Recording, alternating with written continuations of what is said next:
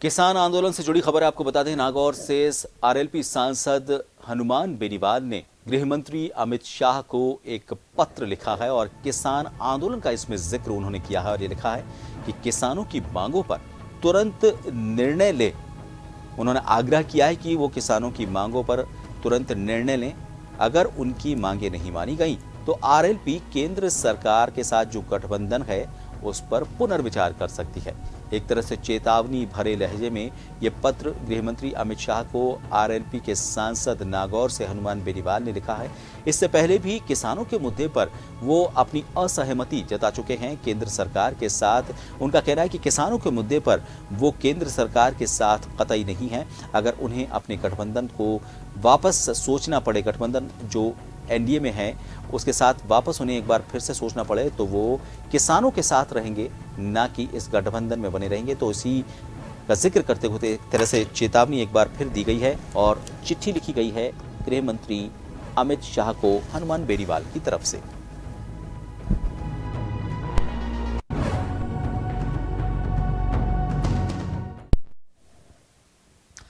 और इस खबर पर ज्यादा बातचीत करेंगे। जन टीवी के news coordinator Yogendra Sharma ji phone line पर जुड़ गए हैं। योगेंद्र जी, इससे पहले भी अपना रुख उन्होंने साफ रखा है। आरएलपी का साफ तौर पर कहना है कि किसानों के मुद्दे पर वो कभी भी पीछे नहीं हटेगी और इसको लेकर केंद्र सरकार को पहले जो उन्होंने चेतावनी दी, एक बार फिर चेतावनी इस लहजे में कि वो गठबंधन से अलग हो सकते हैं। किसानों का मुद्दा ऐसा मुद्दा है जिसको लेकर गठबंधन में टूट नजर आ रही है। राजस्थान से नागौर सांसद हनुमान बेनीवाल का ये पत्र इस मुद्दे को लेकर कितना गंभीर हो जाता है? देखिए, अमित शाह एनडीए के संयोजक हैं और ये पत्र भी उन्हीं को लिखा गया है। आपको ध्यान होगा कि लोकसभा चुनाव के दरमियान ये एक सीट के लिए राजस्थान में गठबंधन हुआ था। नागपुर के बाद में जो बाई इलेक्शन हुए उसमें भी गठबंधन रहा। अभी हनुमान बेनीवाल साहब इस पत्र में भी कह चुके हैं कि उनका जो आधार है वो युवा और किसान है और इनके प्रति अगर किसी भी तरह की कोई पेचीदगी, अगर कोई सरकार का निर्णय रहता है तो वो उसके खिलाफ है। किसान हमेशा एक ऐसा मतदाता रहा है जिसको हर राजनीतिक दल बुलाने की पूरी कोशिश करता है।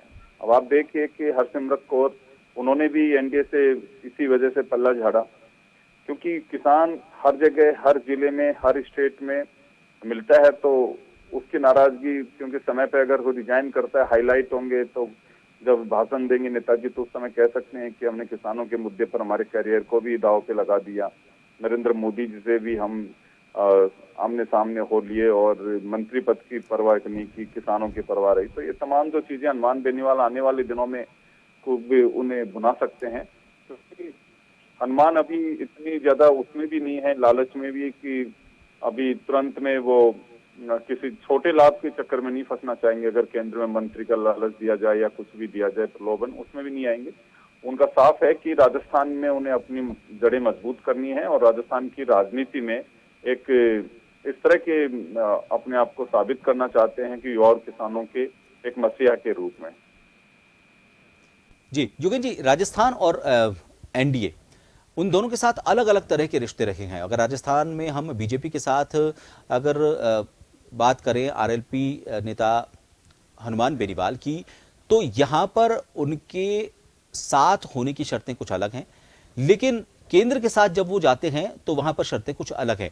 तो एक तरह से ये दोहरा उनका जो भूमिका नजर आ रही है, क्या ये राजनीति में बने रहने के लिए इसको एक तरह से इस्तेमाल किए जाने वाला राजनीतिक कदम नहीं कहा जा सकता?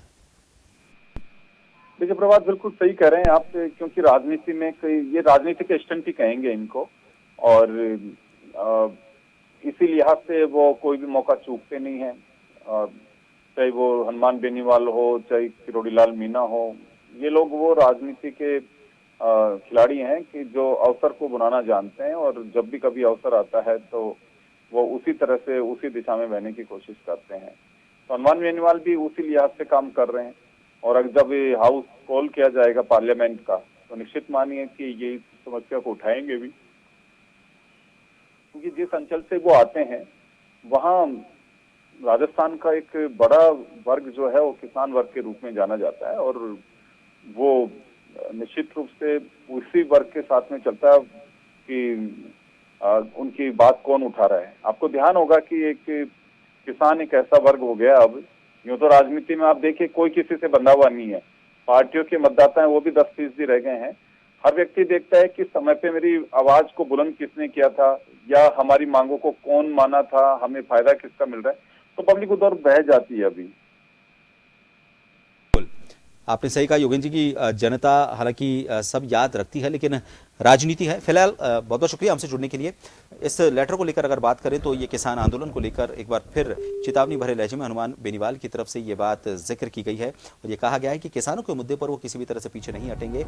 राजनीतिक भविष्य इस बयान को लेकर क्या हो सकता है और उसके किस तरह से मायने निकाले जा सकते हैं वो भविष्य के गर्त में, लेकिन फिलहाल किसानों के मुद्दे पर नागौर सांसद हनुमान बेनीवाल पूरी तरह से किसानों के साथ खड़े नजर आ रहे हैं और इसको लेकर उन्होंने गठबंधन में पुनर्विचार बने रहने को लेकर भी एक तरह से चेतावनी भरे लहजे में इस चिट्ठी में जिक्र किया है। जन टीवी की लेटेस्ट अपडेट पाने के लिए हमारे चैनल को जरूर सब्सक्राइब करें और नोटिफिकेशन पाने के लिए बेल आइकॉन दबाएं।